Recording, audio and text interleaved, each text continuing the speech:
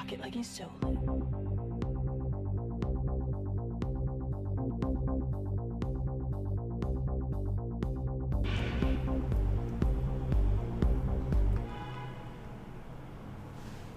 Looks like we're live. Yeah. Yeah, I think that all works. Okay, so, oh, excuse me. Let's go to the hands view. Yeah, that all works. Fantastic. Oh, still got hiccups. Dear me, I've still got hiccups. Oh, come join us as we continue our cross-stitch. Okay, cool. Oh dear. For some reason, my hiccups are getting... Oh, yeah. For some reason, my hiccups are getting worse. There we go. That should be up. We should be all good. The mic's working. Why are my hiccups getting worse? Fantastic. The stream, I believe, is up. Sorry, I'm not as familiar with YouTube as I am with Twitch. Oh dear. And it's still piping hot because I didn't make oh, excuse me. I didn't make proper coffee this morning because I fell asleep on the sofa. I made instant, which I don't normally do. Right, here we are. And where is my... There it is. It's rather... I've got some lovely progress, but rather annoyingly, the this bit here needs a little bit more floss. So if we had just taken a little bit more than we needed, we would have been fine. But we didn't, so there we are. Yeah, my head gets feeling rather bad. The problem is I can't down this really hot coffee yet. Okay. There we go. That's all fine. How's everyone? Hope it's not too disorientating to be on here. Do you know, it basically came down... I don't want to say it came down to me being lazy. It came down to me being efficient. I was having, after every stream, as I've done for years, I've always got this system of recording locally and blah blah blah and multiple audio channels and sophisticated setup stuff that I needed for old streams that I don't really need anymore. Because I used to do a lot of editing and I wanted to be able to pull out stuff, and when I had music I wanted to have a separate audio channel recording and all that jazz. And I think no, we need the darker one, don't we? Where is it? I'm sure this is the one. I'm sure. No, that's that one. Where is our darker one? Here it is. I don't know why it's over here. I'm pretty sure this is it. Yeah, that's the stuff. Need a little bit more of that. A little bit more of that and we'll be all good. But yes, anyway, I had this whole setup with regards to streaming stuff and whatnot. Meant at the end of a stream I had to do a file conversion because I couldn't record to Thingy without adding a whole bunch of problems, lag and stuff, and then after that I'd have to upload it to YouTube, and then the chat would be lost, and blah blah blah blah. Because unfortunately, Twitch has shown themselves to be a terrible long-term place for content. So pretty much everyone who streams on Twitch eventually just uploads it to YouTube anyway. And I was like, well, it saves me a step. And And, you know, I'm not overly disappointed about moving over from Twitch. I know that, like, I've been streaming on Twitch for a very long time. It's Justin TV days. And I know that there's a bunch of people who follow it on Twitch, but because I haven't been streaming for ages and I just started again this week, ages I say, a few months, whatever, it just seemed that, how are we doing there? Yeah, audio levels fine, everything cool. It just seemed that because of all of that, you know, I was actually planning to do a game development stream this morning, and then I slept a little bit, and I was like, oh, my head is fuzz. I do want to work on that though. So I was like, no, let me do cross-stitch. I can do cross-stitch. Because, you know, it's that whole philosophy we have of not having a 0 day, making some progress on a project. Just make some small amount of progress and we'll be good. That's all we need to do. Don't need to move mountains.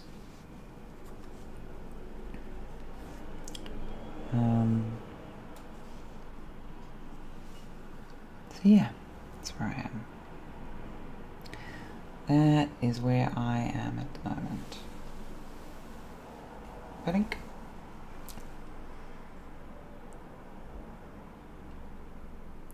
Okay.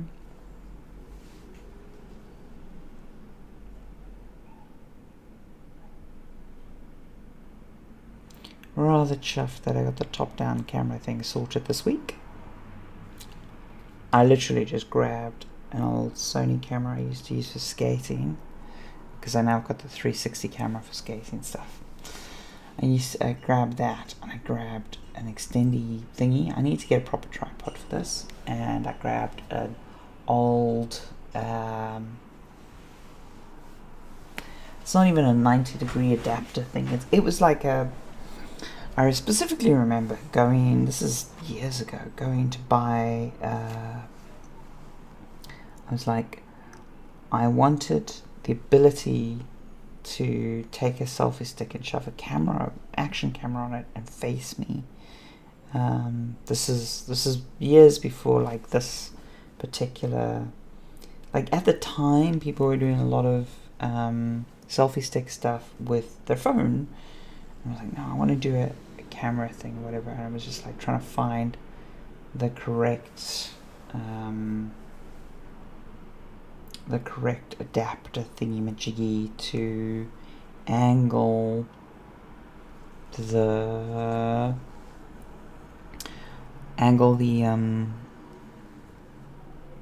God, what's the word I'm looking for? The little screw you screw the camera into. I basically needed to get something that screwed into that connection. Okay, secure it. Go. I'm not asleep, I swear. I needed to get something that screwed into that, but then had its own thing that was kind of like a ball joint.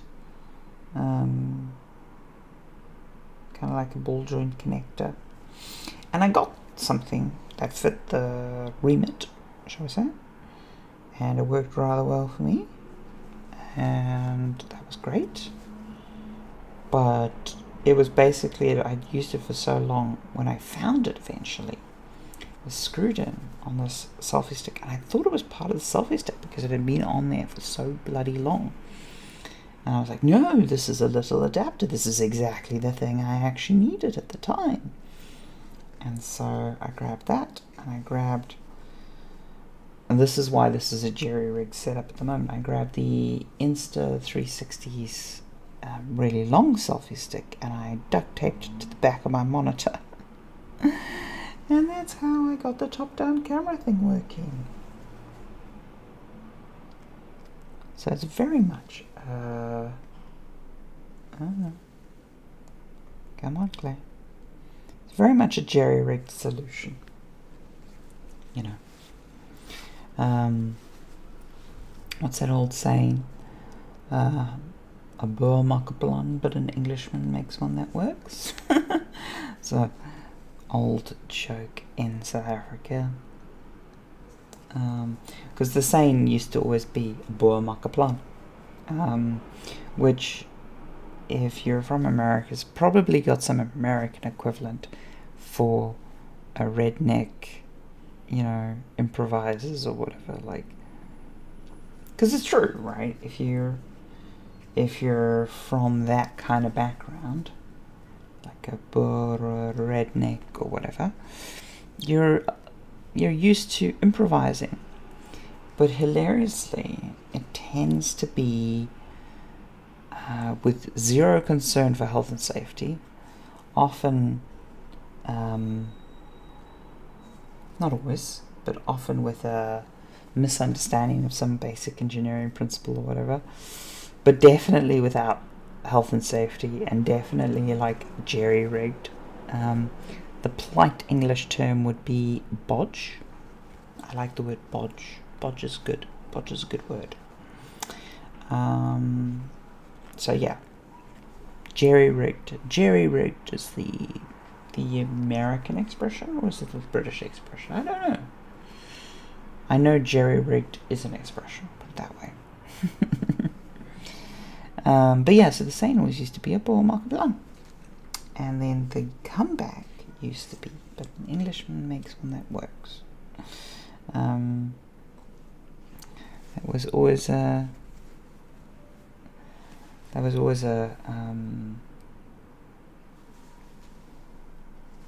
I don't even know what you would call it. It's not nationalist, because they're both just South African identities. I suppose it's a form of tribalism. Anyway, it is very much, my current camera rig solution is very much a duct tape and WD-40 kind of way of thinking. But I'll figure out a more permanent solution, because to be fair, a lot of the stuff I want to do is just code and doesn't need the top-down camera. But for anything that I'm working on like this, it's nice. It's nice to have a top-down camera. I think honestly, even for code, I'd probably use it as a small secondary camera for me typing. Remember when I was setting up that VTuber avatar ages ago, and I was using Magic Mirror. And Magic Mirror is this nice little piece of software that would let me display the VTuber avatar. Display the VTuber avatar, and then would automatically animate the avatar based on my key presses, which is a simple bit of IK stuff. And then it would make the eyes follow my mouse, and then the head tracking would be based on the webcam, which I thought was a really, really elegant solution. It was a bit rough around the edges, but it was good. And that's the solution if you've seen people like play games or do coding stuff with a little VTuber in the corner that's typing away or doing stuff. That's the solution for that, which I always thought was cute. I always thought that was a nice little solution. Claire, have you... Yeah, I fucked up. Let me unfuck that. There we go.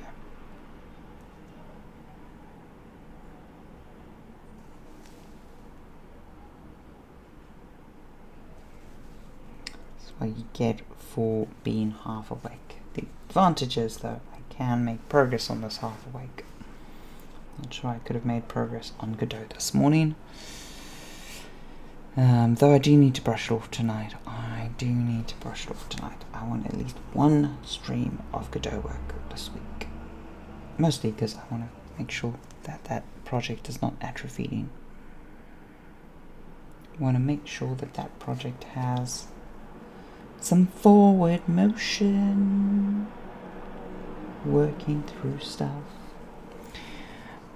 So one of the reasons why I'm super grog is I got back from a class yesterday, And when I got back, me and my wife were on the sofa watching the Inspiration 4 launch. Rather, the countdown, I should say, because that was mostly what we watched. We're both big lovers of space and space nerds, and so watching that was really fantastic, to be honest. Okay, where is the pattern? Pattern, where have you gone? Remember I told you this is jerry-rigged?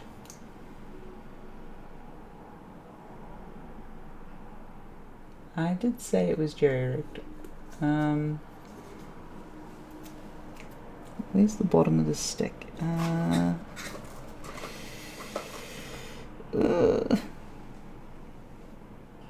That would have been funny. What can we do to weight down the bottom of the stick? Do I have anything immediately to hand that's a little heavy? Books, they won't fit. I need like a counterweight, something quite strong. Oh, I know.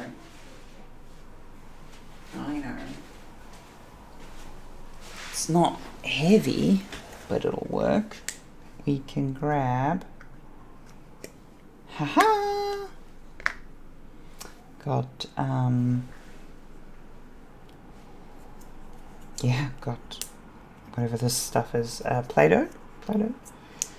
Okay. This is a great anti-slip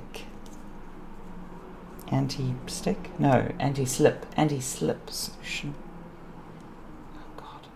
Whoever last was using this Play-Doh, probably Dougie during a D&D session, has like worn an anxiety hole in the middle. So it's basically really hard to get at the Play-Doh. So the Play-Doh, the reason we have it is when I ran D&D games and stuff, it was just handy to have something to give the players that, because this was back when we were actually recording those games. You needed to give the players something to play with, fidget with, that wasn't noise making. This was my fidget thing. Because, you know, sometimes people are like, oh, you don't want people distracted and blah, blah, blah. And it's like, no, you want people listening, paying attention, but people can pay attention and do stuff with their hands. People can, you know, be distracted and actually not be distracted, if you know what I mean. Okay. I don't have to get every last bit of it out. And I'm going to just put this here so I don't forget that I've done this. Because I don't want to leave this, long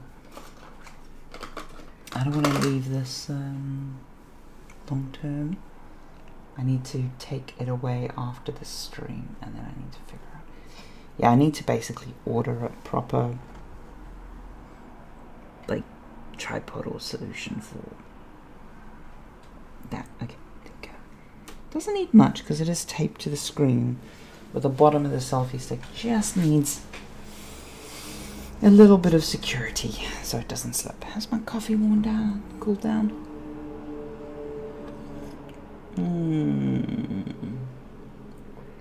So.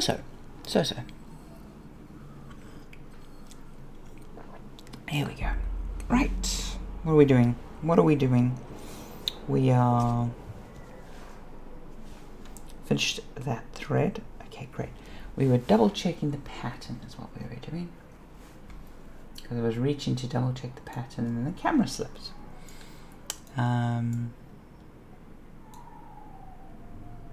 Right. There we go. I have little orange dots here that I don't know if this is me making a mistake in my annotation of the pattern or if this is that's not a mistake, that should be filled in. Oh, bollocks. That's gonna be a problem. and that should be filled in. Okay, those are definitely not meant to be filled in. Okay, cool. Yeah, annotating the pattern onto the Ada, you can sometimes make some really obvious little faux-pas, and I made some. 1 over. Oh dear. There we go. It does mean we're going to get this horrible bit of thread traveling across the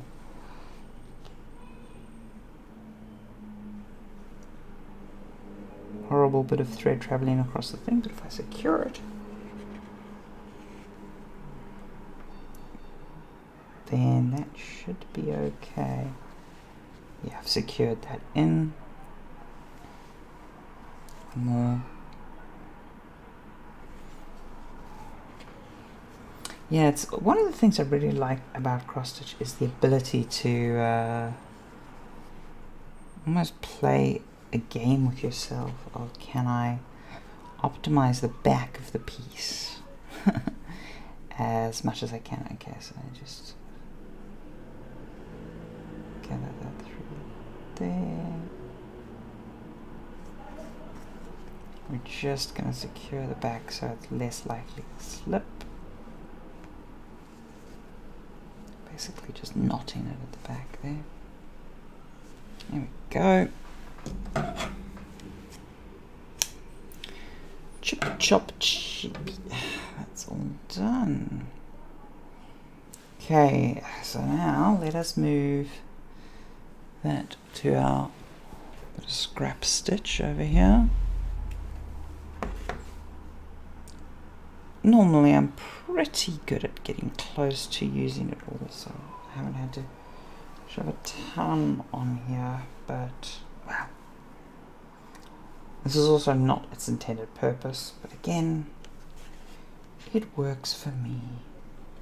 It's mostly because I don't want to throw out these tiny bits of thread in case I need them later, but I also just want them secured onto something. And so this is what I've been doing. To be honest, getting back into cross-stitch has mostly been a discovery about what works for me in terms of organizations, method, marking stuff up, It's been an interesting little adventure. Right, what is the next part of this Nessie that we are tackling? Is the question. Okay, so these dark suns, we could do the dark suns. I think the dark suns are actually a really good option. Either that or the hollow diamonds. And just check where they all go.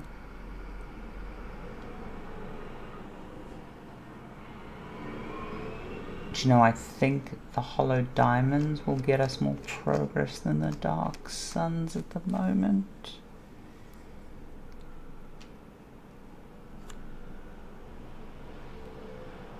Bit of hollow diamond action there.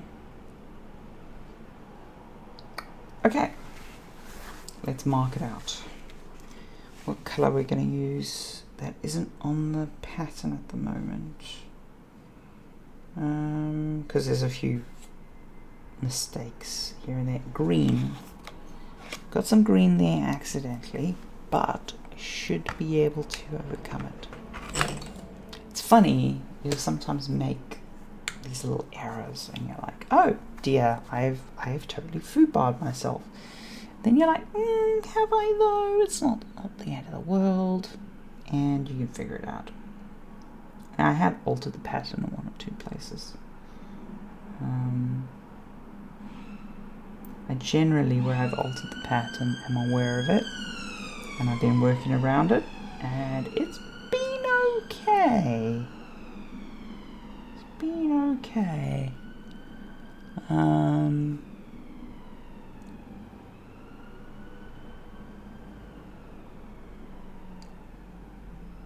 one of those when you have to really double check, remind yourself of the shape you're working on. Hollow diamonds at the moment.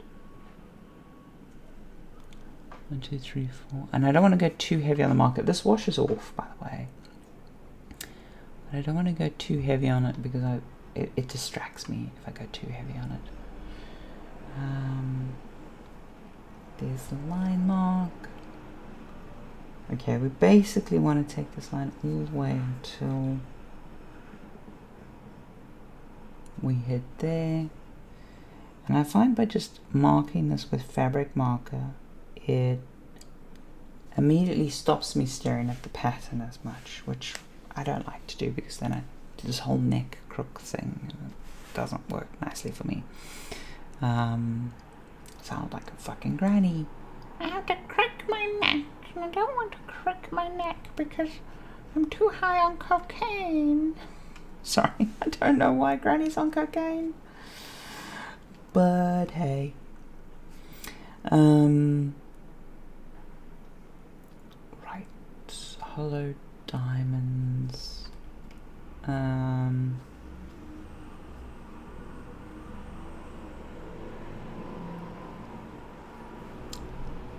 Yes, we've done those.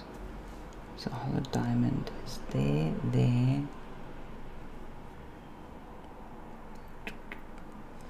Yeah, as I say, I know that this washes off, but I do find it a little bit distracting when it has,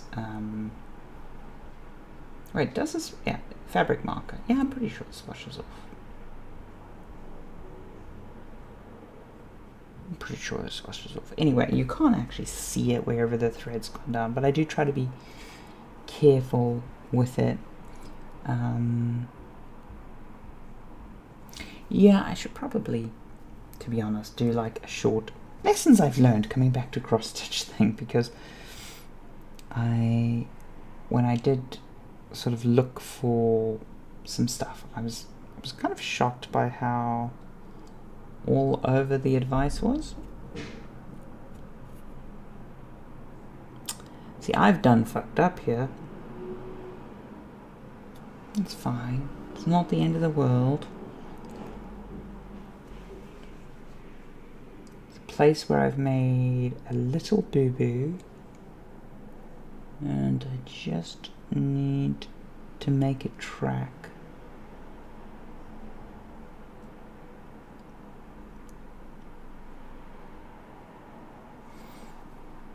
Okay.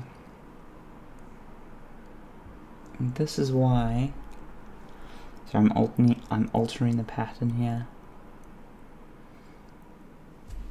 This is why I mark it now, because I've basically been doing a stitch, lost where I am in my line of thought, and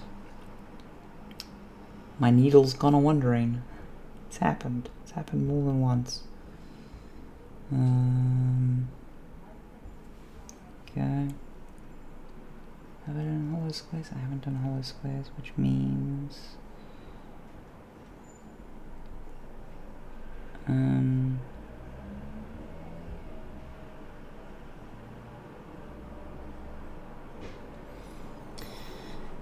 where's my black? I need to mark that as a do not do that square that you just marked. Unfortunately, it's somewhat difficult. Okay.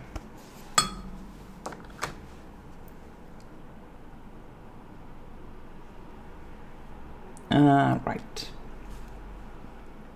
Hollow diamonds, hollow diamonds. We're doing hollow diamonds.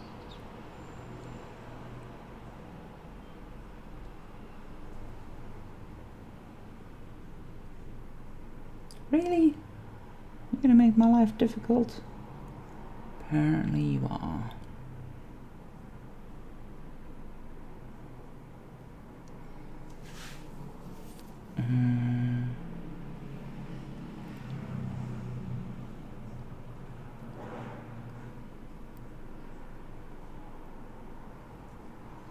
Oh my word, that's just a mess of stuff, isn't it? What's meant to go in the fin there? Checkered squares. Checkered squares. Okay, that works out. that roughly works out for our things. Okay, so hollow diamonds here. This particular area is where we're going to add a lot of definition to Nessie's final shape, and we need to be very careful about how we do it. Three, 2, down and 2, and then 1. Yep, that matches. Okay. Then this all the way over here is going to be 6, 2, 1, 1, 1 on a diagonal. 6.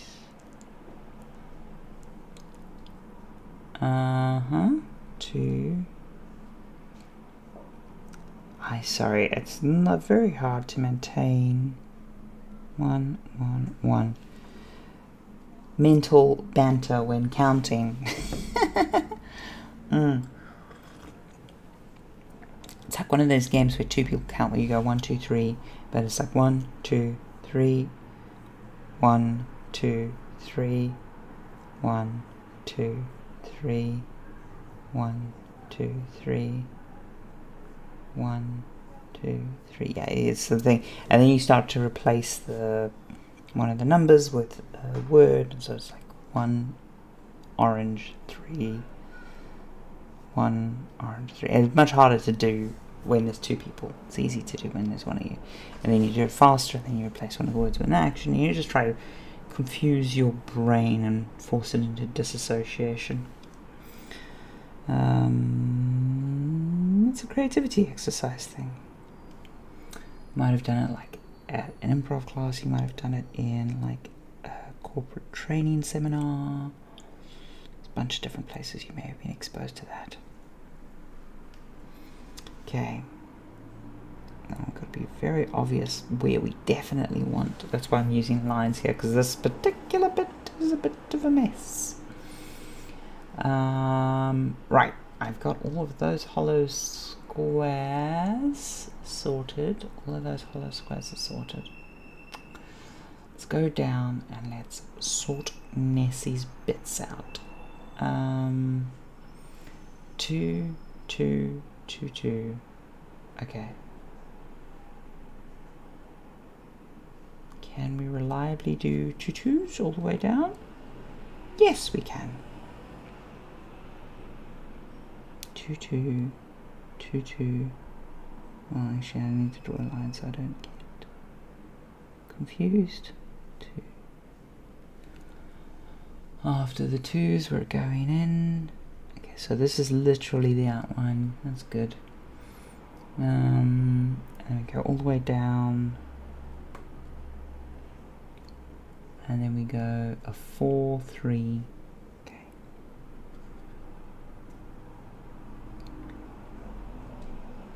Did I read that right? A 4 3? Yes, I did.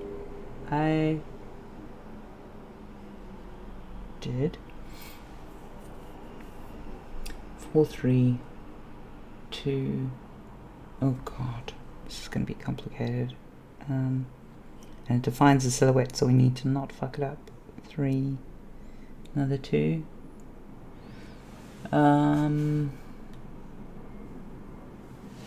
Okay, this is where I make mistakes, and I know I've made mistakes in the past if I'm not super careful with my reference points. Let's go down to here and use this as a reference point, because this is a marked square. Okay, 3. Okay, then go up 2. Then go up 3 3 3. That's good. It's easy repetition. 3 3 3. That doesn't look right. 3 down, 2, 3. No, it is right. It is right. We got a drop there. Yeah, that won't. Sorry, my knowledge of pixel art. I know that certain continuous patterns don't look good, which is why we tend to break them up in certain ways. That's why, like, when you're starting pixel art, it's actually, there's no shame in getting shape templates. Like, there's a difference between a 9x9 circle and an 8x8 circle that are counterintuitive, and if you just rely on a computer, for example, to figure it out, you don't actually get a good result. Okay, so this goes all the way down to that square there, and we're starting 3 down.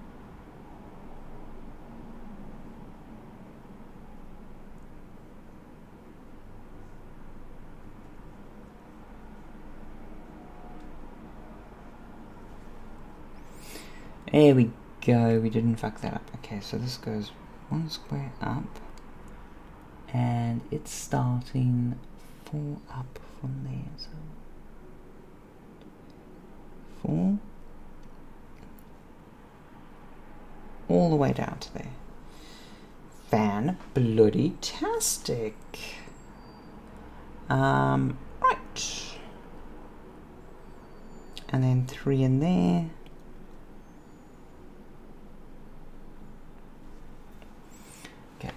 Oh, neck crick. As I said, this is why I'm not a huge fan of going back and forth from the pattern, because you do this constant which is one of those things we know from studies to be not great for your neck. Okay, so this is where the suns go, and then hollow diamond, so 3 and then 2, 3, 2. That's easy. 2, 3. Is it? Yeah, 2. Right. So then we want to jump up a square. There we go. We've got a landmark there. Well, the good news is this is basically just a fill-in job. It's nice when you have a fill-in job rather than a build and outline job, because the fill-in jobs just become easier to track. Okay. Sorry, this is the reality of projects. Sometimes you have these repetitive things. It's fine. It's fine. Learn to enjoy it. Make a game of it. Play with it. Don't let it weigh you down. I'm going to try very hard at the moment to happen. 1, 2, 3, 4. Yeah, 1, 2, 3, 4. Having that eye for detail, having that don't let your brain wander at this stage, because letting your brain wander at this stage costs you immensely down the line. Okay, I think that is all the squares marked. Oh wait, no, the fish here, we did mark the fish out. Mark that fish, mark that fish. Okay, now we need to select a color. And when these patterns come, they do come with color things, exact numbers of thread to order. It's like order the 5, 3, 6, thread. And you know, if you are nervous, then yes, go with those exact threads. I, however, am not nervous. Done a bit of art, and frankly, just didn't want to precise order the exact threads I need. So I've been playing around, finding threads I like, colors I like, shifting some of the tones in places, even mixing threads in places. And I've been really enjoying that. That's been fun. It's been another little joy for me to do. Okay, so for this bit of Nessie, we don't want to go too much to the blues, because we've got the blue sky and we've got the blue sky. We don't want to go too dark to the greens, because Cthulhu and the tree line kind of dominating the greens and the desaturations there. Because where I've adjusted the pattern colors, I need to account for that. Because if I've made an adjustment to a pattern color it has to show up in my other threads. I can't just change one color and not think about how it impacts the contrast and the hues and blah blah blah blah blah. You know, fancy stuff that I'm probably gonna screw up, but it does mean I'm going to uniquely screw up, and it's much more fun to uniquely screw up than just, you know, draw within the lines. That's what I'm telling myself, at least. This color here is lush. Can't go too saturated. I might use that for the dark suns, you know. Yeah, that looks like a really good color for the dark suns. Yeah, I like that color for the dark suns. But can I even pull off? See, it might be a bit too saturated to go there. I want something in this range though. Nothing in there needs to be considered. Okay. Nothing in that selection needs to be considered. I definitely want to keep... Ooh, here we are. This is a good range to be in.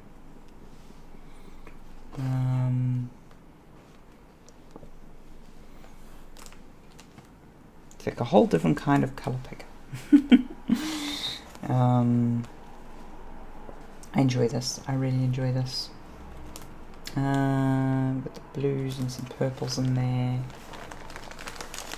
So I basically batch built a bunch of cheap ass floss. Well, not cheap floss. It's, you know, thingy floss. But I wasn't stressed too much over the colors. I was like, oh, if I get enough range, I'll find what I want.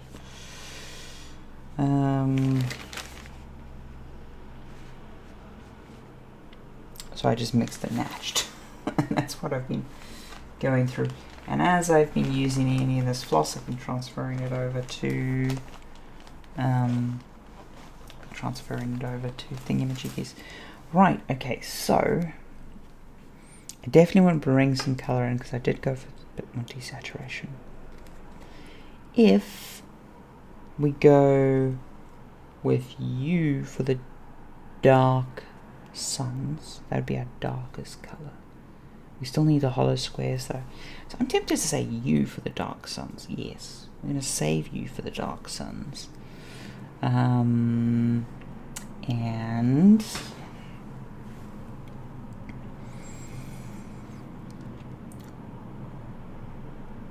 I think this is going to be our magic. I'm tempted to use... This is meant to be on the darker side. What's that? 3502. So if you can see those. Trying to figure out which of these to use.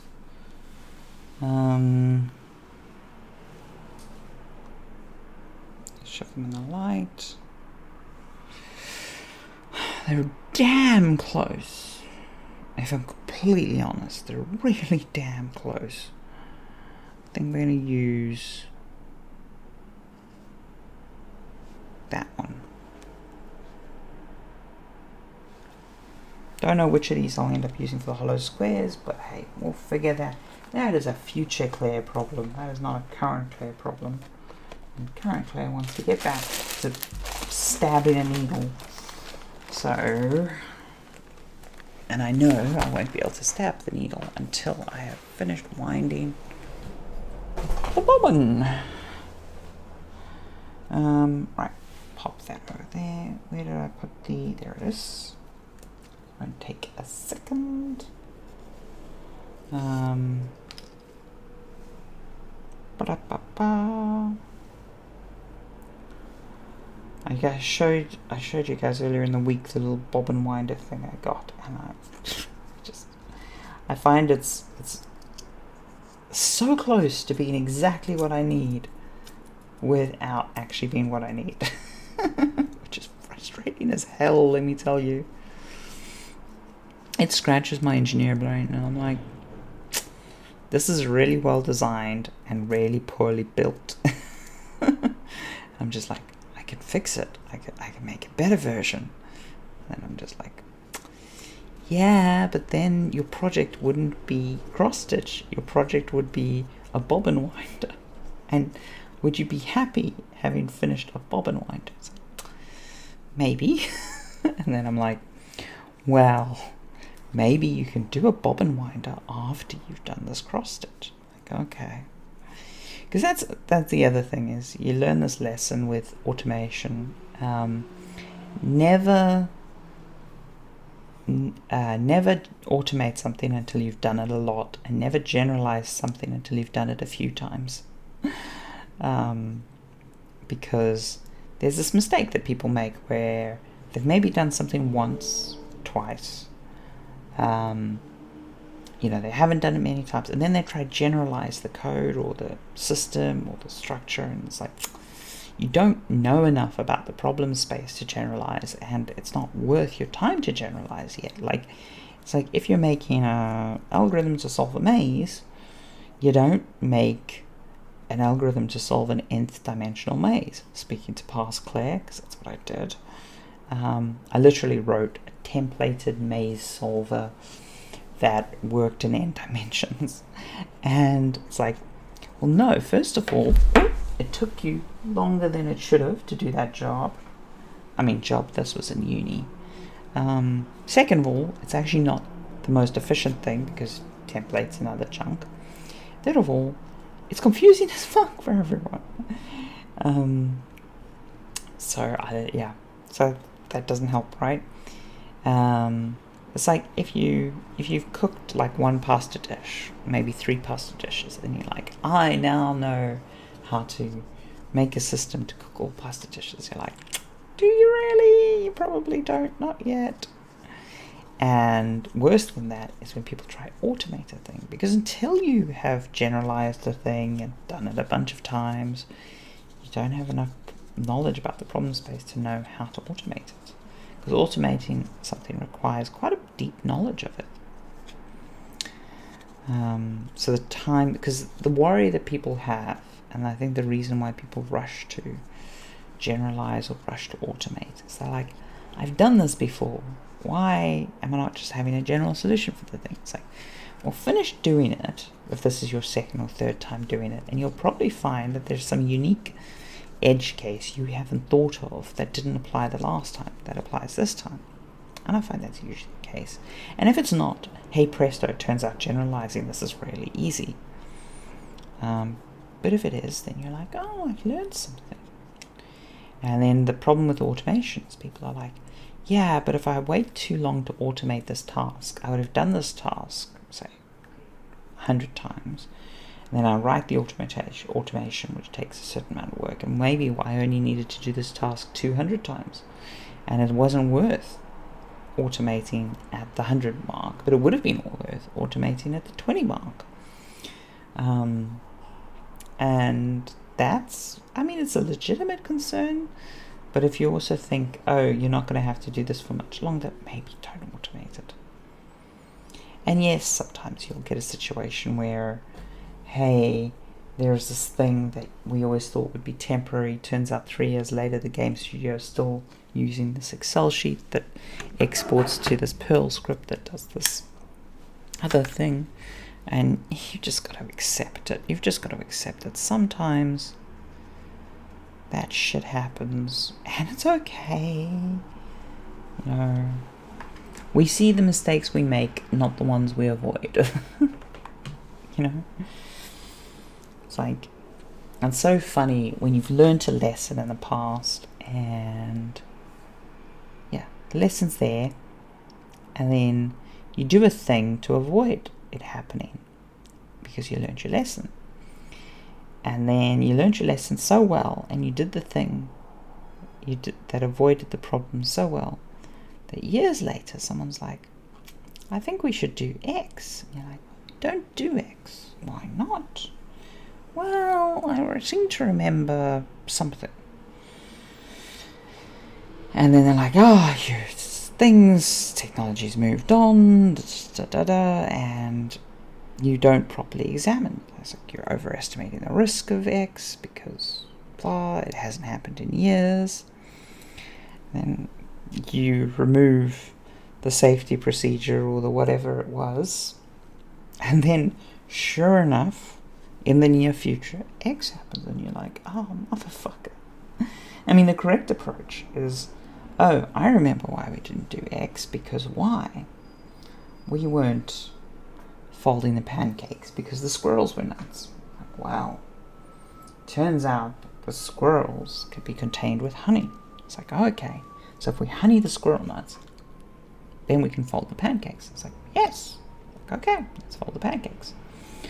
Whereas if you forget about the fact that you couldn't fold the pancakes because of the squirrel nuts, then you go to fold the pancakes and then the squirrels get all nutty.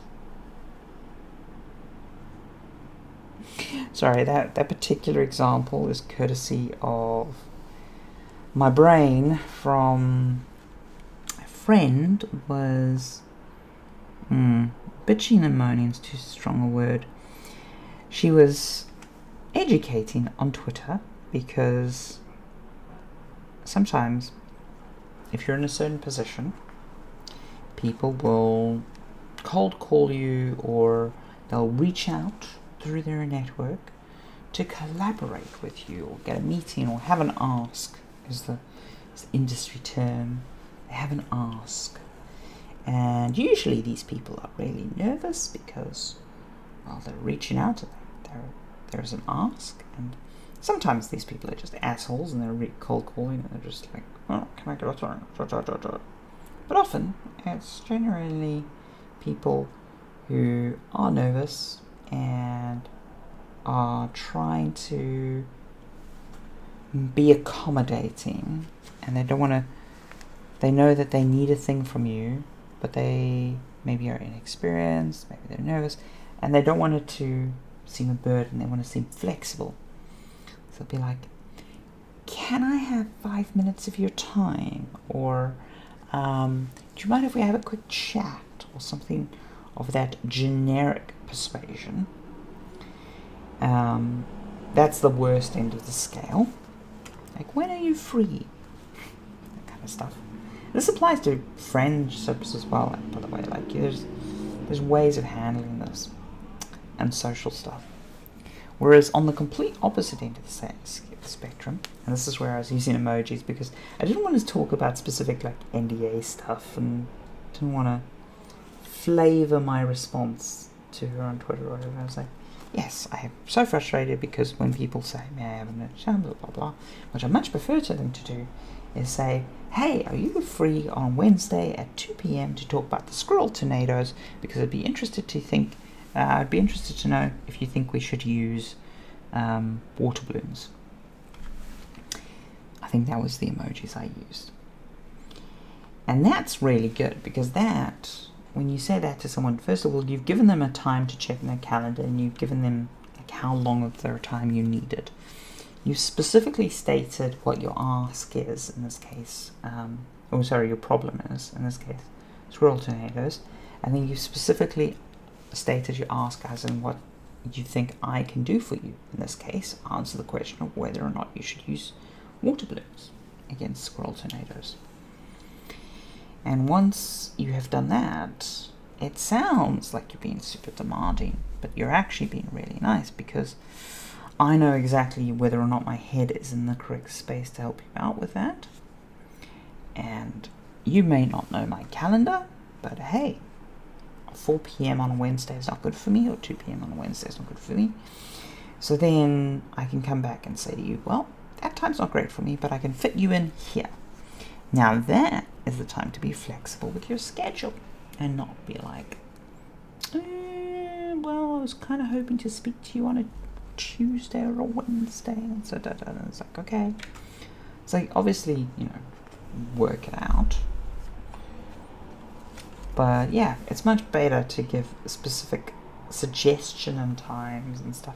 It's like, if you want to hang out with a friend, if you say, hey, you want to hang out sometime? They're like, yeah, nothing ever happens. Or you're like, yeah, I want to hang out next week. It's like, okay, when? what are we going to do? Like, you know, you can get very, very, very vague very, very quickly.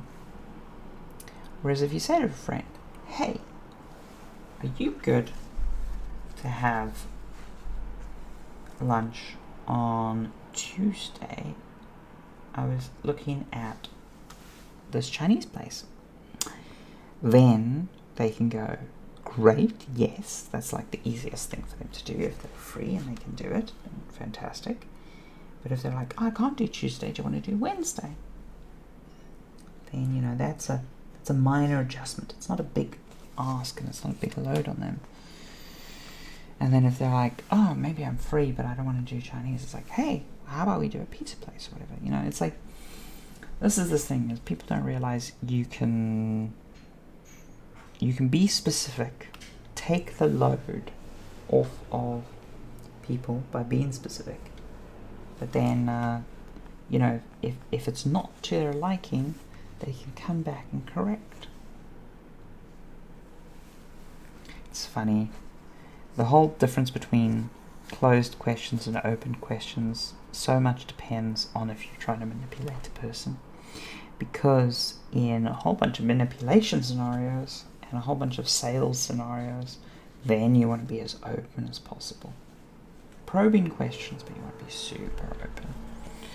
You want to be like, this is a great hi-fi because it's got feature whizzblabob. You're like, so what are you looking for in a hi-fi?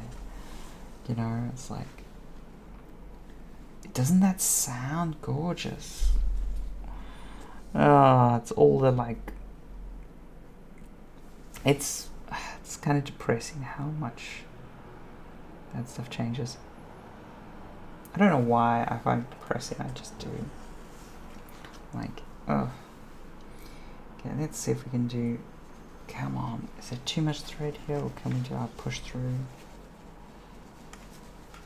Yeah, I think we might have too much thread to do this.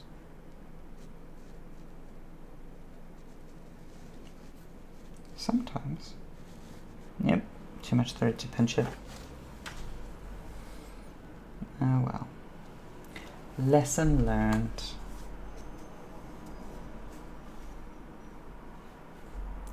Lesson learned. Sometimes doing a stitch and the ergonomics of the stitch or the flow of the stitch is such that I'm like, I'm 100% there. And other times I'm like, oh, fiddle, fiddle, fiddle. And at the moment I feel like I'm in a fiddle mode. And I don't know why. It just happens sometimes.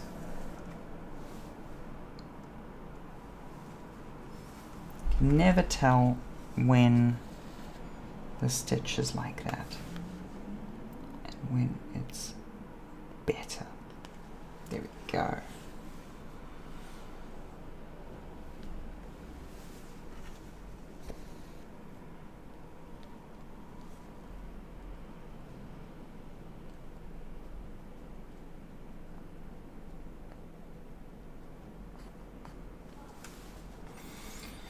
And I know I've only half stitched that whole section, but I do plan to come back. I'll be back to correct it.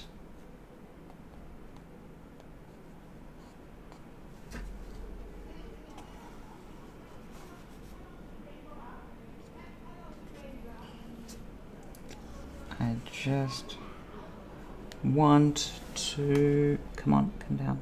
No, not there. There we go. Come through. I just like to travel with the thread, you know, see places. Yeah, the more I can make this a human decision process and less of a computer algorithm like going chick, the funner it is. Because it is very easy to make this into just an algorithm. As I say, it's one of the reasons why when I finish this piece, I think my next piece will be embroidered.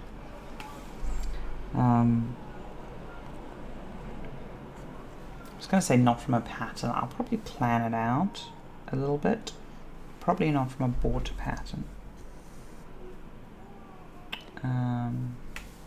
You know, probably just from a... Come on, there we go.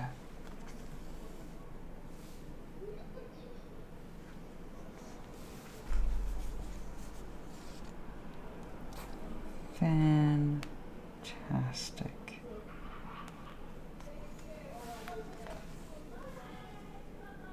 Go through and push in.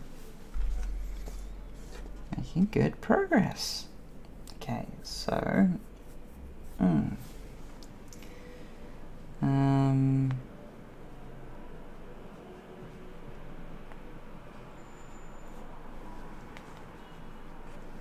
going there.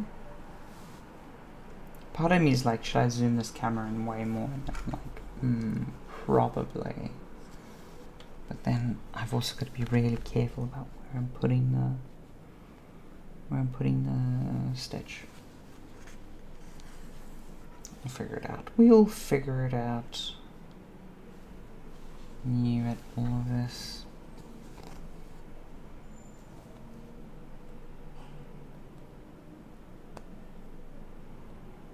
Come on.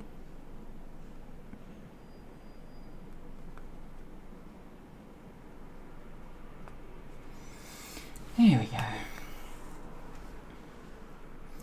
The thing I'm happy about is this cross stitch is really coming in now. Feels like it's really coming together. Ever since Nessie's neck started being outlined, I was really, really chuffed because I was really worried about this whole bottom section. It's like, it's like did a little bit of filling in of the wooden thing, and I was like, there's problems there. There be problems. Because when I was doing the sky, I still had this in a loop. Like, this whole piece has basically been one giant learning experience. I'm really glad I started with Cthulhu, even though I made a bunch of mistakes, because Cthulhu was the first thing I stitched on this bigger piece. But I'm glad I started, because it's always given me a centerpiece to work out from, and it's always made me feel good, because I'm like, ain't so bad, look, there's Cthulhu. And I think there's a few more tricky techniques that I really had to nail with him. I haven't had to do around the edges as much, because it's a bit more confetti and a bit more tight color change-ups and things. He also reinforced why I wanted to do a 4 count on this piece rather than a 2 count. I've done a 2 count in some places with the sky and stuff where I've frankly been running out of thread. Because the 4 count's quite heavy. Because when you first do a cross stitch, it does look a bit bare, and then later when you iron it and you wash it and stuff, it does fluff out. But I was like, no, I want really solid color on this. I want to really, really nail it. There we go. Nice. Now we could jump the thread over to there, but I don't think that's actually the most useful thing for us to do. Speaking of which, the bottom of the fishing rod, is there anything there, or is that just me mismarking? I think that's just me mismarking. Okay.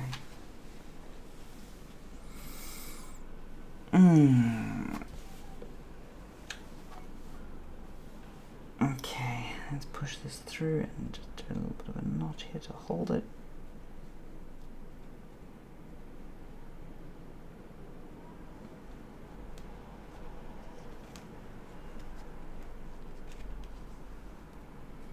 Just the tiniest of... Oh, you hear that? Hold on.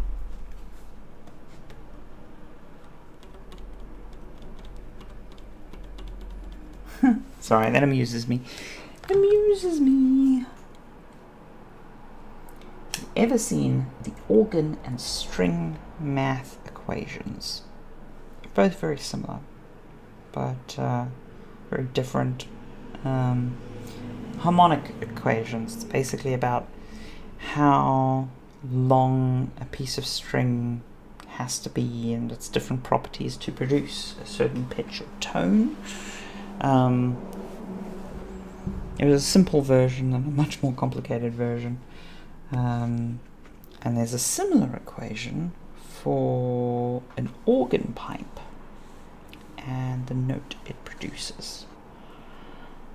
Both are fascinating little bits of math that get extremely complicated. There's simplified versions of it. It's like how deep down the rabbit hole you want to go. Okay, that floss could be used later, but I rather than half-assing it with that piece of floss or trying to jump that piece of floss across the editor, I was like, no, I know I've got a lot of this color to put down, so let me just go straight to a new full length. It's really fascinating to me trying to extract two bits of floss from a bit of thread. I always get confused the terms between floss and thread and stuff. Trying to extract two is relatively difficult without tangling. Trying to extract one is super easy. You just do this kind of loose hole and you pull through and it just works. And so even though you think it may be a time saver to extract two at once, it usually is faster just to go one and then one. I know why, but it's just fascinating. It's like, for me, there's this fascinating area of math that you would think is simple, and then you dive, there's so many things like that in math, but then you dive into it and you're like, oh my word! And that is not theory. The math and dimensions and stuff of knots. Oh my god, you would not believe how complicated they get. Because it's really hard. Like, the nice thing about math is when you have a proof in math, I wouldn't say it's rock solid, but it tends to be, compared to everything else we do in science and stuff, math is just like a sense of permanence. It's like dun dun dun dun.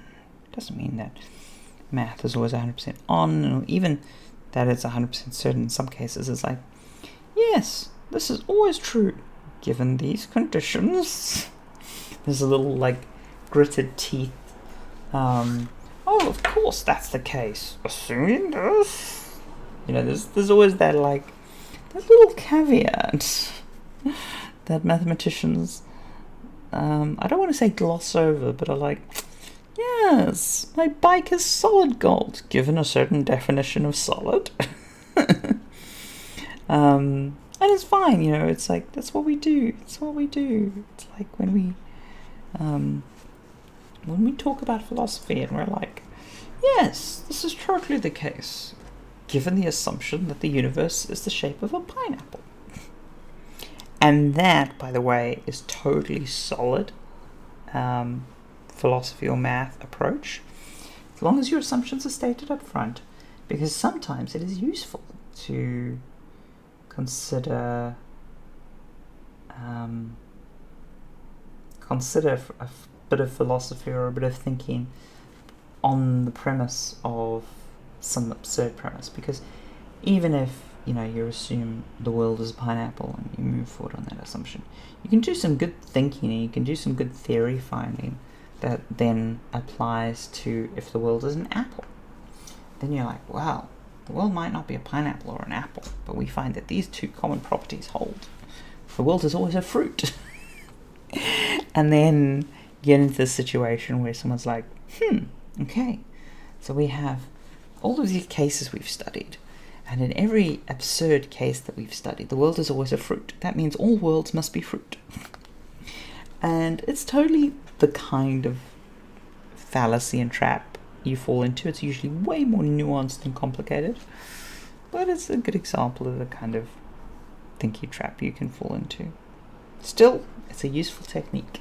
It's a useful technique, and it has been used many, many times to great effect.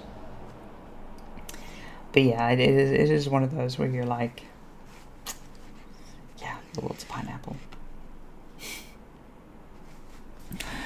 Oh man, what was I saying? Oh yeah, knot theory. Knot theory gets pretty knotty, pretty tangled.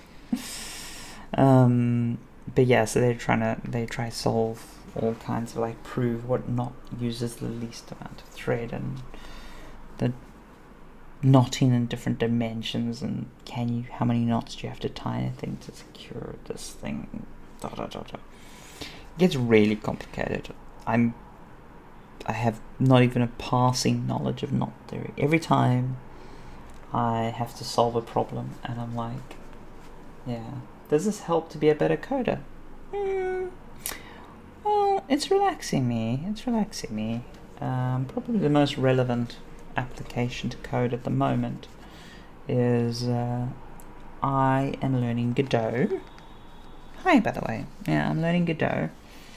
And the first little project I made for Terry's Stop Waiting for Godot is I made making rather, because it's now sticking as a project for me, I'm making a cross-stich game. So in that sense, yeah, it's been amusing. It's also worth noting that some of the original programming was done, because people always forget that all the original programmers were female. Literally, the first programmer in the world was female. And one of the reasons why they could do the work is because they had programmable looms. This is before computers, by the way. Analog programming.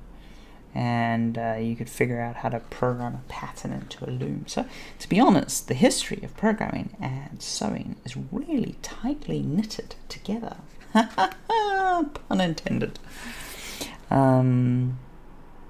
But yeah, I mean, I don't think there's a direct application to making you a better programmer. But it is interesting to see how much of programming history is tied up in textiles and knitting. I mean, cross-stitch in particular is just so patterned and algorithmic. I mean, everyone makes the comparison to pixel art. I don't think it's a fair comparison. It's a lot more analog, it has a lot more interesting details. It's unfair to cross-stitch compared to pixel art. Also, I think for pixel art to really shine, you've got to start playing with the qualities of a CRT. I think, given the era of when pixel art was big, if you're not going to play with the qualities of the CRT, then at least play with sub-pixels. I always loved on the original PSP screen. There was pretty good code and because it was a reliable display. You knew exactly what display it was. You could write a font renderer, among other things, that took advantage of sub-pixel precision. So that's basically, everyone knows. I say everyone knows. Not everyone knows. A lot of people are familiar with the fact that on a panel, an LCD panel, there is 3 vertical strips that combine to make a single pixel, a red, green, and a blue. And because of that and how they are packed together, if you want more resolution than a pixel and you're drawing black, so say you were drawing black font on white, and you want a little bit more detail, you can fringe the edges. So because red, green, blue, if you need something to stretch a little bit more into the next pixel, you make a 1 pixel over blue fringed, and then that goes over. Likewise for red at the one direction. Green becomes kind of useless. But of course that trick relies very specifically on the details of the panel and the fact that that the underlying hardware is going to guarantee that your back buffer is perfectly aligned with the thing, and it's a whole thing. And then someone comes along and goes, we're going to do pentile displays, and every programmer who liked subpixel rendering said, grr to you indeed. So yeah, it's one of those little things. And now we have so many pixels that even the concept of doing subpixel rendering is like, why would you do that to yourself? It's a waste of effort. You've got so many pixels. Someone turns around and says, well, have you seen those same pixels in VR? Like, turns out that old technique that the monks of yore spoke about in the 5th tome is relevant once again. Yeah. It's amusing how time has this, I wouldn't say cyclic. Cyclic is too unfair. Echoes of the past, shall we say? Echoes and echoes. It's like, speaking of math, because we're talking about knot theory and echoes and stuff, feels like it feels very much like Zeno's paradox and approaching zero. I know, why am I talking about complicated math stuff while I'm doing cross-stitch? That's where my brain's going. So the Zeno's paradox. Oh, by the way, guys, we normally would have finished by now because it's past 9:30. But because it's Thursday, and on Thursday I don't start my workday till after lunch, I can go a little bit longer, and I figure I might as well continue on while I'm working on this cross stitch. I may as well keep the stream live. But I would normally be ending it around here. But I particularly want to just lay down all the colour, all of this colour for thing before I wrap today.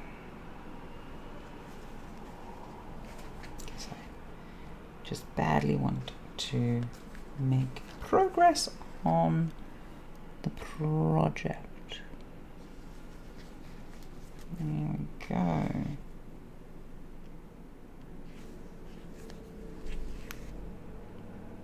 Fantastic. And then remember how I said this is an optimization problem half the time? Because every time you make a big jump on the back, you use more thread which is not seen, and you bulk up the piece. But of course, there is like a travel and a color and order and a pattern.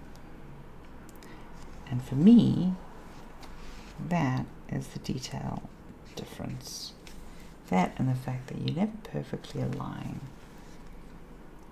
One challenge that I don't think I will solve for a very long time on the cross-stitch project, and it all depends how deep on that cross-stitch project I go, is the shader to render the thread. Because the simple version I have now, the very bare basic version I have, is just a cylinder, a coloured cylinder.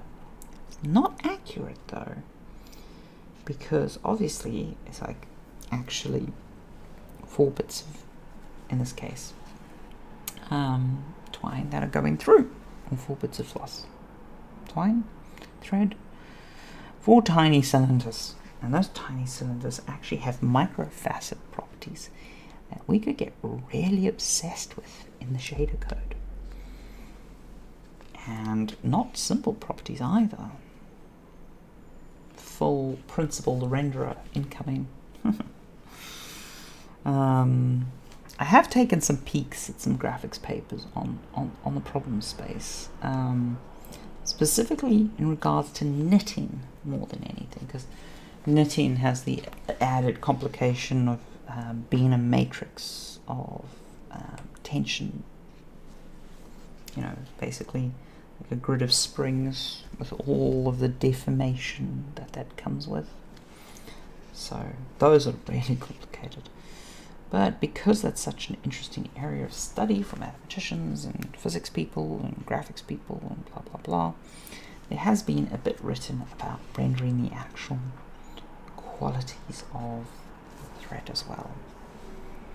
So I may steal some of that research to make mine look a little bit better. But at the moment, I need to do the bare basics code, to be honest, on it. It's really just my way of learning Godot, and it's a fun little side project. So I don't know how deep on it I'll go. I'd like to make it VR, to be honest.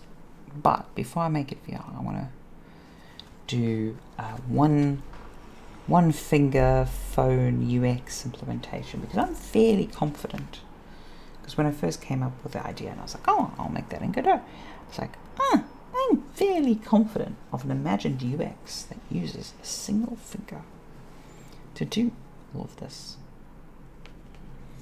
And yeah, I thought it through and I was like, yes, this will work. This will work. And so now I just desperately want to prove that it'll work.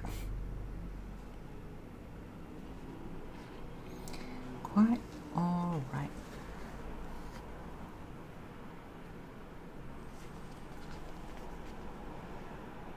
Oh dear. Half step over that way, dear.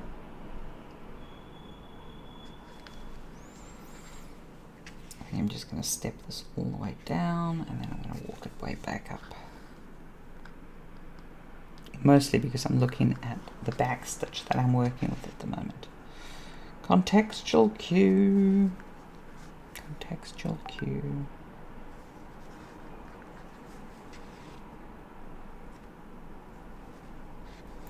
Here we go.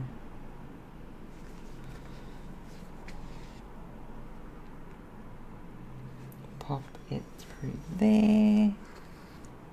And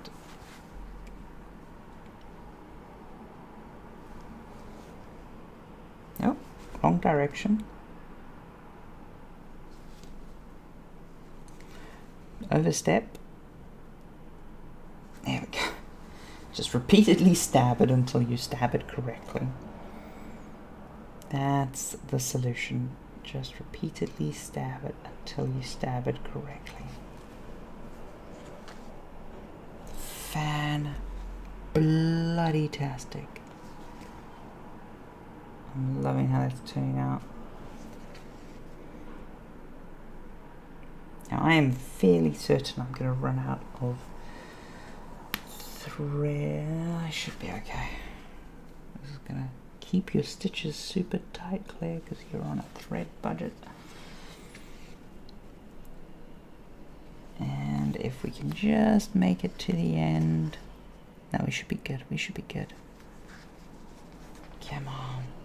This is the other thing, like, obviously I can put an infinite thread mode in the cross-stitch game, but I desperately want to actually make you measure and cut, because I really enjoy the sensation of, oh bollocks, will the piece of floss that I cut be long enough for the specific thing I need? And there are definitely ways you can solve that problem, by the way. There's not like, if it's an indeterminate length, it's not like you have to, oh dear, no, I did the wrong hole. It's not like you have to be perfect about it. But yeah, I like the I like the element of, oh no, will I make the stitch? To it. It's a nice little unpredictability, some humanity to the craft. No one wants it just to be, no one wants to be a robot. Well, I'm sure someone wants to be a robot. So a rather funny, I don't know, was it a tweet, was it a Reddit post? I saw a rather funny posting on the internet somewhere, I can't recall where. The posting goes, it's from a guy's perspective, and he's saying, oh, well, I've always considered myself to be straight, but had a really handsome guy move in above me in the apartment building. And he had a very attractive boyfriend, and occasionally they would just go at it. Not every night, but once every week or so they would properly go at it. And I mean regular like clockwork. The guy's dick must have been a metronome, because they really went at it for like a solid hour. And it was, sometimes they even went in for seconds. And it was a whole thing, I'm not ashamed to admit it, but occasionally I followed along. And hey, I mean, if you're going to be that loud and you're going to be that insistent, how can I not listen and help myself? And it's like, da-da-da. Anyway, after a long time, I went to my gay neighbour's apartment for a dinner party. And I walked into the room, and lo and behold, it wasn't their bedroom, it was their washing machine. I had been pleasuring myself to the sound of them doing their washing. First ever confirmed robosexual. It's just like, oh my dear summer child. Oh, not being able to tell the sound of a washing machine thumping from sex. Oh, sorry, I know I've just made myself laugh, but in my defense, it's not my joke. I'm just retelling. I came across that yesterday, and that was a joy to discover. It was one of those. It's probably, as I say, like, it's written as if it really happened, but it's probably just a written joke. But it doesn't diminish the amusement.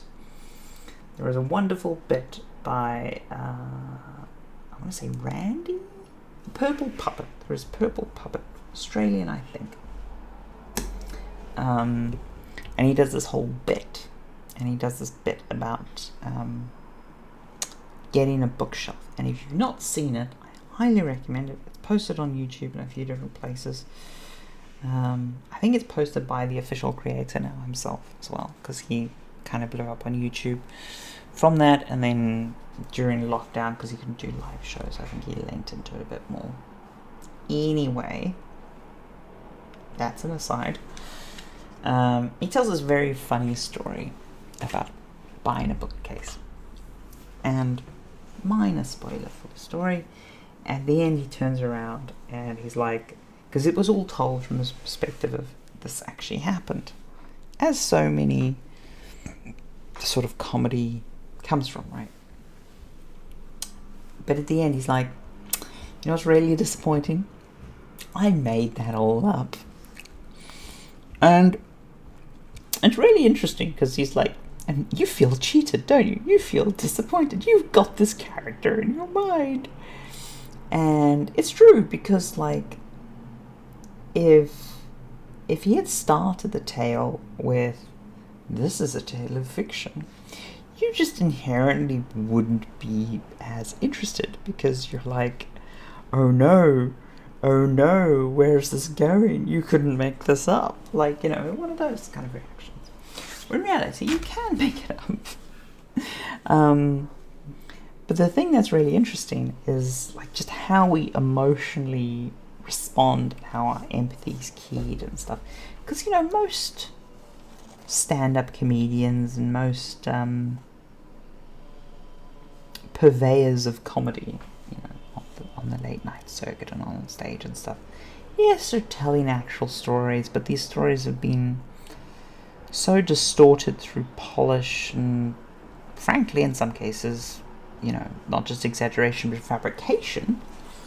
How real is that? How much does the reality of the situation apply? And I do think it does apply, because we don't want to live in a world where we don't know truth from fiction, which sadly, but it's an interesting question, because it's like there's always been that classic argument wherein right-wing stuff has been taken to court for basically being really shit. Like, this is not the news, this is clearly false, you guys should be sued out of existence because you said this thing happened and it totally didn't happen and you misrepresented the facts. And every time Fox News and these other places have gone, but we're clearly an entertainment show. Anyone who takes us seriously, no one would take us seriously, because this is clearly just entertainment. This is not serious journalism. Which is funny, because then the same people turn around and be like, oh, it's a conspiracy. No, this is literally legally definable farce. And the same thing happened with like Top Gear and Tesla, where they did Tesla dirty. They outright lied. They drained the car's battery. They misrepresented the product, and they're like, but Your Honor, we're clearly not a tech review, car review thing. We're an entertainment show. No one would ever take us seriously. The truth is, people did. People did take them seriously, and people do take these things seriously. And so,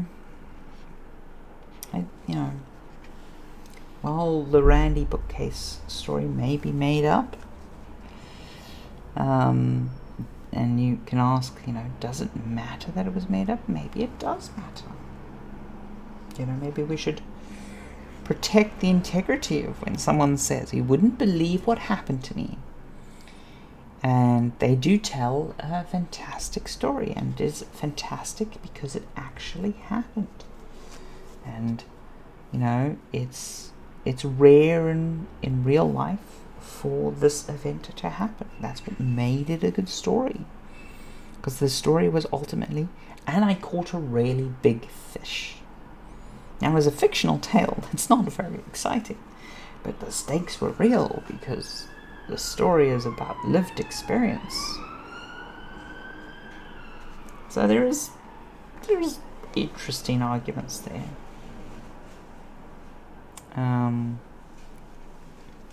I do also think it is possible to do docu-fiction or to do grounded storytelling that is fictional. Just upfront disclosure, I think, is important, and I think there used to be a standard for these fake docu-series things, and that standard was can't remember how many minutes, but if someone had tuned in, they had changed the TV channel.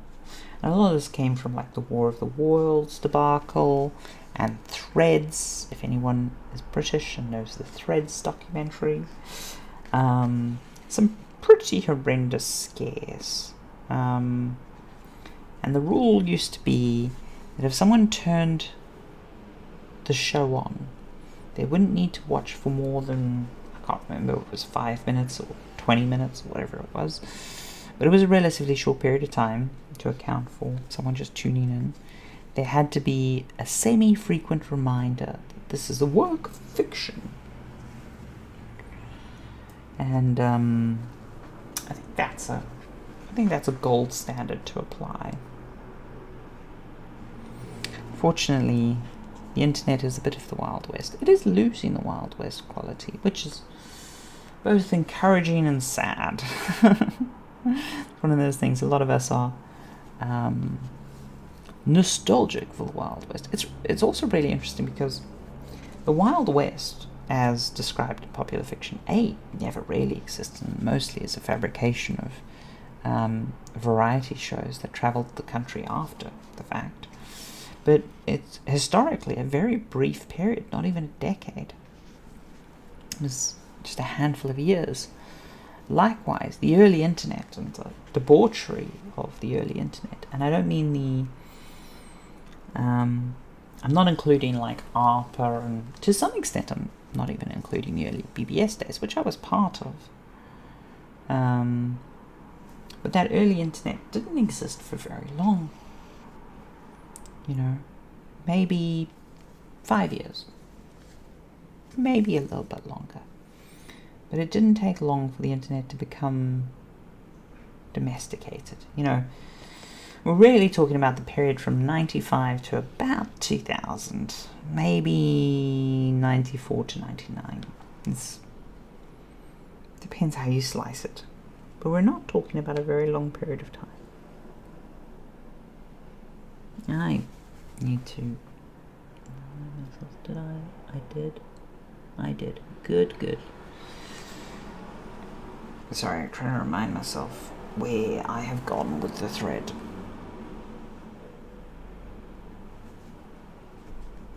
Here we go. And yeah, that's a lot of what I think people associate with the internet and internet culture, but it was a flash in the pan. I feel very fortunate to have lived through it. Will forever define who I am. I constantly seek to reclaim it. But on the flip side, I'm glad that it's over, because you want people to be safe, you want a comfortable life, you want people to be able to make money on the internet and purchases, because those early days of the internet, you couldn't really build a business on it unless secondary income and stuff. And if you look at, for example, good examples, YouTubers, right? The Wild West of YouTube, the early days of YouTube, you could get big on YouTube and you would I don't want to say be a flash in the pan, but you would effectively have your moment, discard, and you wouldn't be able to monetize that moment, so much so that it was an episode of South Park, the whole joke about Chocolate Rain and Charlie Bit My Finger and all those people just not making money. Now, if you get a similar or even a modicum of that level of success, converting that to converting it not just to money but to other projects and things is a lot more practical now. It's a lot more practical to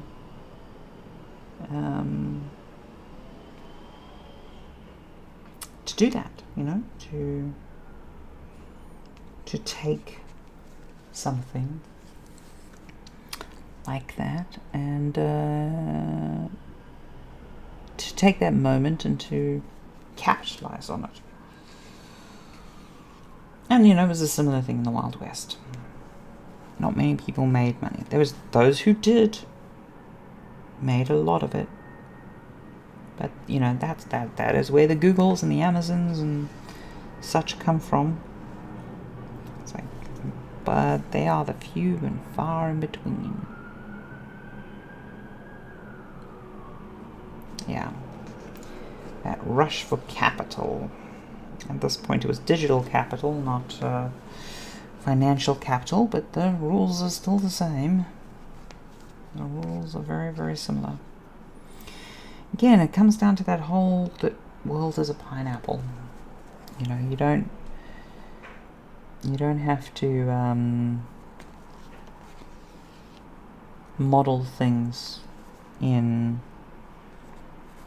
the real world to see how transferable the concepts are.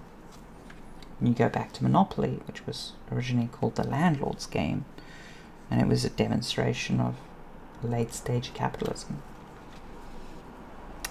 It's a fairly accurate simulation of what happens.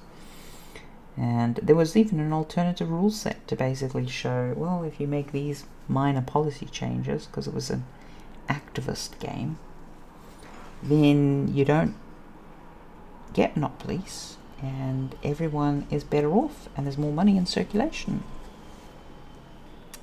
But of course the lesson was lost as all the little tycoons went off to form their monopolies. My wife was reminding me about Not reminding me. She was telling me a story. Oh no, that's not even accurate. She was passing on something a friend had said. That was it. That's an accurate description. She was passing on something a friend said about a plumber complaining about the mansion tax. For those of you who don't know, in the UK, it has been a long-held thing where we've wanted to tax mansions. Because, they're a very trackable asset. It's hard to hide a mansion in the Caymans. And yes, you can fudge the evaluation of things, but you can't fudge it by that much. And so if someone legitimately has valuable property, and when we're talking valuable property, we're talking like 2 million plus, which very few people have, then we want to tax them based on that, because it's a wealth signifier. And the Tories got very up in arms about this and whipped everyone into a frenzy. Everyday Joe all of a sudden was really concerned about the mansion tax. And this idea of this plumber being worried about a mansion tax because one day maybe he's going to be the owner of a mansion, which he's never going to be. He might do well for himself and get better off and live in a better house than his parents lived in. But to get in a mansion, unless you're lucky enough to be an amoral bastard and exploit people to the nth degree, because, provable psychosis of CEOs and all that, unless you're willing to do all of that, the chances are you may be marginally better or marginally worse than however it was you started out life. Because the UK especially has the lowest social mobility index in the developed world. It's like one of the lowest, and I believe it's the lowest in Europe, which is a fancy way of saying rich people stay rich, poor people stay poor. There's movement, aspiration, it needs to be movement, but in stable societies, the key word is stable, things tend to remain the same. And so the chances of even a plumber's children being affected by the mansion tax are relatively slim. And it's not like, oh my god, you crossed this red tax line, so all of a sudden you will now be hunted for sport. It's marginal changes. It's like when your salary crosses into a new tax bracket. It's not like all of a sudden you earn less money. You always earn more money if you get a raise or if you get a promotion or whatever. You will always earn more money. It's just your increase will be less as you earn more. Simple stuff. But yeah, it is funny to me, the whole concept of a plumber complaining about the mansion tax. It's inherently absurd. And I don't want to pick on a plumber here. It would be like me complaining about a mansion tax. It's not going to happen. I mean, I'm well off, doing well for myself, and in terms of socio-economic, I am an outlier. But then again, not that much of an outlier. I had a very low, but I didn't start low, which is a big factor. I had a doctor and an accountant for parents. It's not exactly low income, and I went to a very posh school. So, socioeconomic factors in my favour. But on the flip side, I have been briefly homeless, and I have slept rough. And in recent years, well, put it this way, there's multiple times I have changed job where I've had a really large salary increase, and there's been periods of my life where my salary doubled every 2 years, and that is a very strong case of social mobility. But as I say, I was fortunate enough to be in but I had a lot of privilege to carry me forward in a bunch of those situations. The mere fact that I had exposure to computers so young, huge amount of privilege. Huge amount of privilege. And then there's just some lucky dice rolls in like the fact that society values programming over, say, I don't know, teaching, which honestly is bloody ridiculous. Or nursing. Because, you know, capitalism, it emphasizes skills that make people more capital. It doesn't emphasize skills that are necessarily socially good. Which is upsetting. But hey, it happens. We can try change the world one small step at a time. And I do. Yeah.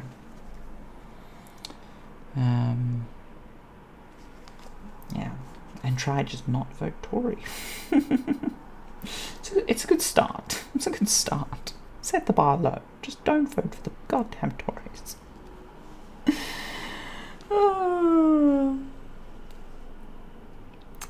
Yeah. Sorry. I don't mean to get political first thing in the morning. We are running rather long. Good thing to do though. Do I want to start another piece of floss?